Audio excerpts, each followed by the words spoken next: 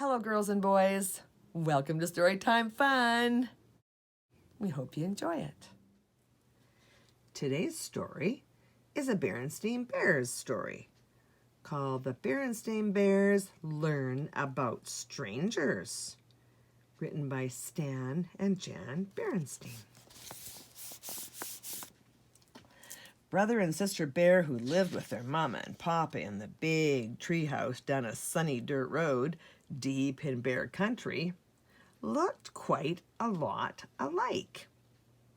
Except for the fact that brother was a boy cub and sister was a girl cub, they were alike in many ways. And even though they each had hobbies, brother loved to build and fly model airplanes. Sister had all sorts of special interests.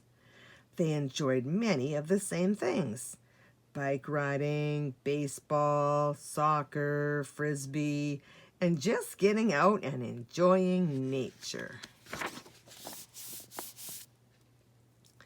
Yes, brother and sister were alike in many ways, but in some important ways, they were different.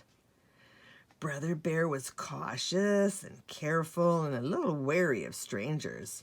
Sister, on the other hand, wasn't the least bit wary. She was friendly to a fault. Just about everybody that came by her way got a big hello. Hello, butterfly. Hello, frog. Hello, Mr. Truck Driver. Hello, Mrs. Shopper. Brother worried about sister's free and easy way with strangers. Strangers weren't a problem for him. Not talking to strangers suited cautious and careful brother just fine. But friendly to a fault sister was different. She talked to everyone. Hello, hi, hello. Sister, said brother, you're going to have to stop that. Stop what? She asked. Talking to strangers. It's just not a good idea. Why?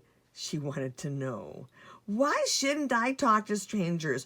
What harm is there in it? Is there something wrong with strangers? Said brother, thinking about it for a moment. Those aren't questions for a brother. Those are for a mama or papa. Sister Bear, I'm glad you asked those questions, said Papa Bear in his deepest and most serious voice. The reason you should never talk to a stranger and never ever take presents from a stranger and never ever ever go anywhere with a stranger is that it's dangerous. What's dangerous about it? She asked, wide-eyed. What can happen? Oh dear, thought Mama Bear. I do hope Papa can tell Sister about strangers without making everything scary. All sorts of things, Papa said. Here, look at the newspaper. As she looked at it, her eyes got wider and wider. This is what she saw. Stranger bothers cub. Missing cub found. Chief Grizzly questions stranger. Cub safety meeting. I hope you're paying attention to all this, called Papa to Brother Bear. Yes, Papa, said Brother, looking up from his airplanes. When Sister asked for a bedtime story that evening, Papa said, Of course, I have just the one. It was in an old book that Papa had kept since he was a cub. The story was called Silly Goose and Wily Fox. It told how Silly Goose got into a conversation with Wily Fox, And before Silly Goose knew quite what was happening, she found herself in Wily's lair. This is how the story ended. Then there was a snip and a snap, and all that was left of Silly Goose was a few floating feathers and a smile on the face of Wily Fox. Sister had a hard time falling asleep that night. Her mind was filled with those headlines. There was even one that said, "Silly Goose missing, Wily Fox questioned." The sound of Brother Bear's peaceful breathing finally lulled her to sleep. The next day dawned bright and friendly to everybody but Sister. She had spent a restless night, and when she looked out the window, everything seemed a little strange. The trees seemed to reach for her, an owl stared at her, and the crows glared. "Let's go out and ride our bikes on the village green," said Brother after breakfast, but Sister didn't want to. Brother was puzzled. The green was a bright and busy, friendly place where she loved to play. "Well, how about some soccer?" But she didn't want to do that either. It wasn't until he suggested Frisbee, her favorite game, that she agreed to go along. Before they left, they told Mama where they'd be. It was a family rule that they never went anywhere without telling Mama or Papa. "That's fine," said Mama. "I'm on my way to Farmer Ben's for apples. I'll stop by for you on the way home." The village green was the same bustling place it had always been. This is what it looked like to everyone but Sister. This is what it looked like to her.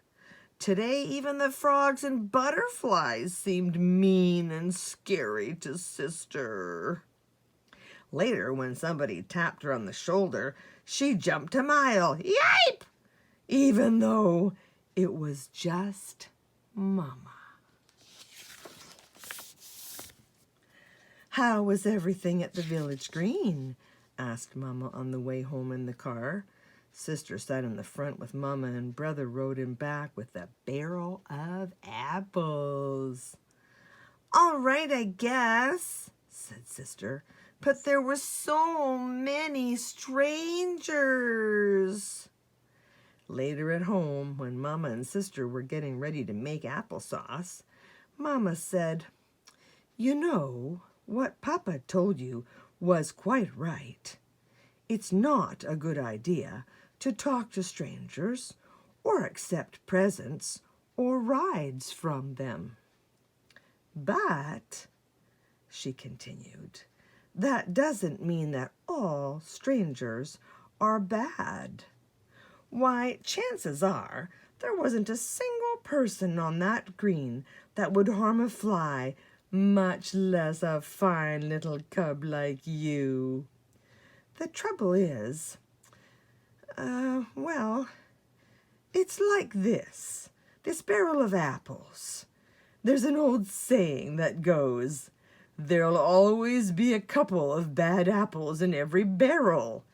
That's the way it is with strangers.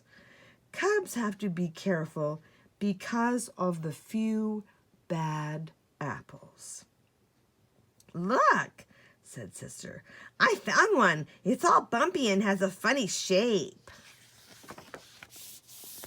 "Well, it certainly is a strange looking," said Mama, "but that doesn't necessarily mean it's bad. You can't always tell from the outside Which are the bad apples? She cut it in half. See, she said, it's fine inside. Now, here's one that looks fine on the outside, but inside it's all wormy. Yuck, said Sister. What's up? Asked Brother. A bad apple, said Sister. Double yuck, said Brother. Hey, I'm going off to the meadow to fly my new pusher plane. Want to come? Sure, Sister said. I can pick some wildflowers. She felt much better now, much more like her old friendly self. The pusher plane was a great success, and the cubs were about to head home when someone drove onto the meadow with a big, beautiful orange and green model airplane. Wait, said Brother. I want to watch. It's a radio-controlled job. Sister went back to picking wildflowers, but before she knew it, Brother was talking to the stranger. For that's what he was, a stranger. No matter how big and beautiful his radio-controlled job was, she dropped her wildflowers and ran over to him. I'm going to send it up and follow in the car, the stranger was saying. Want to come along? Wow, said Brother, and he would have if Sister hadn't grabbed his arm and said, Don't you dare. The stranger drove off following his airplane, and Sister ran home shouting, Brother, talk to a stranger! Brother, talk to a stranger! But it was a big orange and green radio-controlled job, said Brother. That doesn't matter, said Papa. We have rules about strangers, and they're important. We have rules about tattletales too, said Brother, glaring at Sister. Sister wasn't tattling. Tattling is telling just to be mean, explained Mama. And Sister was telling because she loves you and was worried. Do you think that fellow was a bad apple? Asked Brother. Probably not, said Mama. That's right, said Sister. Most folks are friendly and nice and wouldn't hurt a fly, but you have to be careful just in case. Speaking of apples, said Mama, how about some of this applesauce I just made? As they sat having a dish of Mama's delicious applesauce, Brother and Sister thought about what they had learned that day. There was quite a lot to think about. Brother and Sister Bear's rules for cubs. Number 1, never talk to a stranger. Number 2, never take candy or other gifts from a stranger. Number 3, never ever go anywhere with a stranger. Number 4, don't keep secrets from your parents, especially if someone asks you to. Number 5, your body is your own personal property and nobody else's business, especially the private parts. When you're really little, of course, Mama or Papa may help you with your bath or in the bathroom, and your doctor is in the body business, and, well, he'll have to examine you from time to time, even when you're not little. And number 6, use your common sense. We can't have rules for everything. Common sense is what keeps us safe by telling us what to do in situations that are not covered by the rules. Well, that's it for today. We'll see you next time.